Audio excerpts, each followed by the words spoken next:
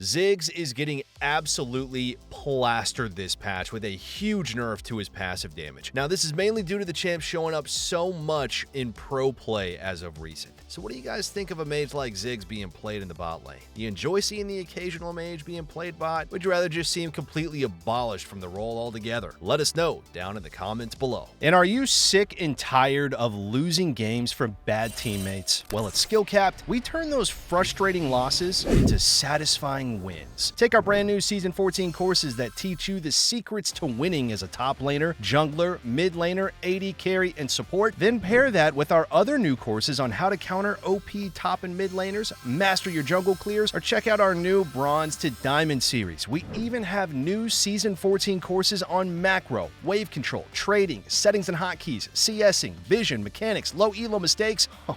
Oh, and the list goes on. Then head on over to our Smurf commentary section and simply select the champion that you want to master and get guides from challenger experts teaching you how to play your champion in the exact rank that you are stuck in. You're even guaranteed to have all your questions answered by that very same challenger expert. Our service really does work. That's why we offer a rank up guarantee. If you don't rank up while actively using Skill Cap, you get your money back. No questions asked. So what are you waiting for? Click the link in the description below right now to get the rank that you have always dreamed of. Let's start the video off by looking at all the item changes that are being issued for 14.18. Ludens Companion will now have its ability power increased from 95 to 100. Price is going down by just 50 gold, while ability haste is being lowered from 25 to 20. Shadowflame is next up as its AP is dropping from 120 to 115. Magic Pin is going up, however, from 12 to 15. The Cinder Bloom passive, where you gain bonus damage when the enemy is below 35% health, is being increased to 40%. The damage amp for damage over time spells is being lowered, though, from 30 to 25%.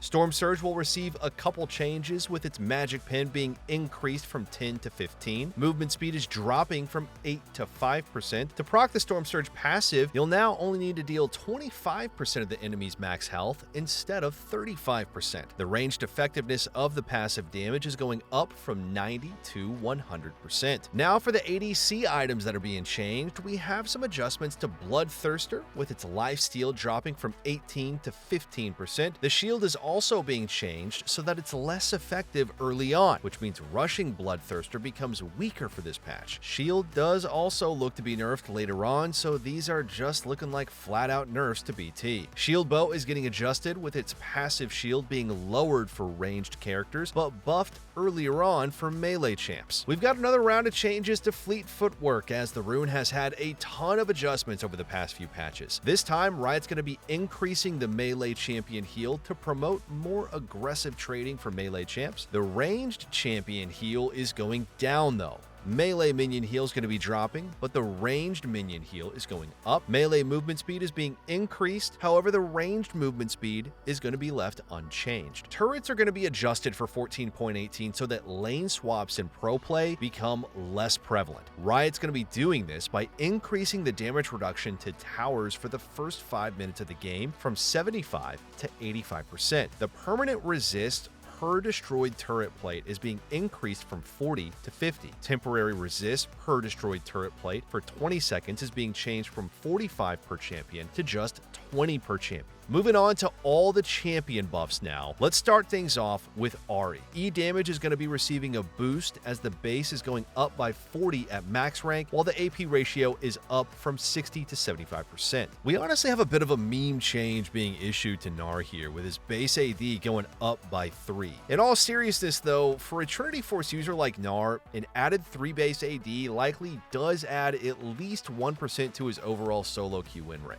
Hwei support will be receiving a buff, with his WW shield strength for allies being increased from 50 to 75%. Jarvan's passive damage is going to be going up for this patch from 7 to 8%. Now, we're not entirely sure if these are the exact buffs that Riot has planned for Jax, but what we're seeing on the PvE right now is that R on hit damage is up by 20 at max rank, while bonus armor per target hit with R is going from 15 scaling to 25 to 20 scaling to 30. A couple of minor buffs to Jayce base are locked in, with his melee Q slow being increased by 5% at all ranks, and ranged E haste is up by 5% at all ranks as well. Jinx is getting a buff to her attack speed growth as it's going from 1 up to 1.4. Lulu's going to be receiving some more damage on her passive as it's going from 3 scaling to 37 to 5 scaling to 39. Malphite's passive shield is going to become more difficult to chew through as it's being increased from 9 to 10% of his max health. Samira's QAD ratio is going to be receiving a boost in damage, but only for the first 4 points that you put in the spell, as the damage is going to be the exact same at max rank. The base value of Shen's passive shield is being reduced, however the bonus health scaling of the shield is going up from 12 to 13%.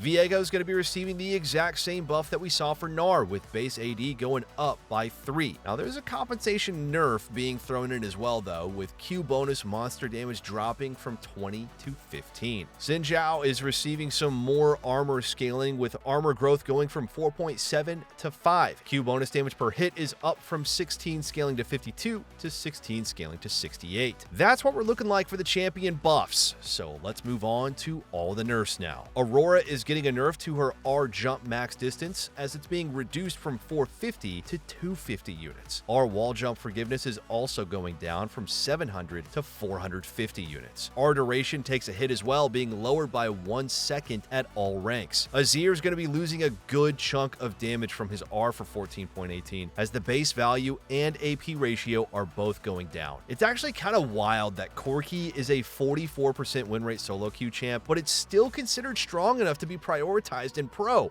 So we have another nerf for him this patch. In the past, Azir has dropped to around 46% for solo queue and has still received nerfs, but 44 for Corki has to be close to a record low. Q damage is what's targeted as it's being reduced by 20 at max rank, so we're probably going to be looking at sub 43% win rate now for Corki in 14.18.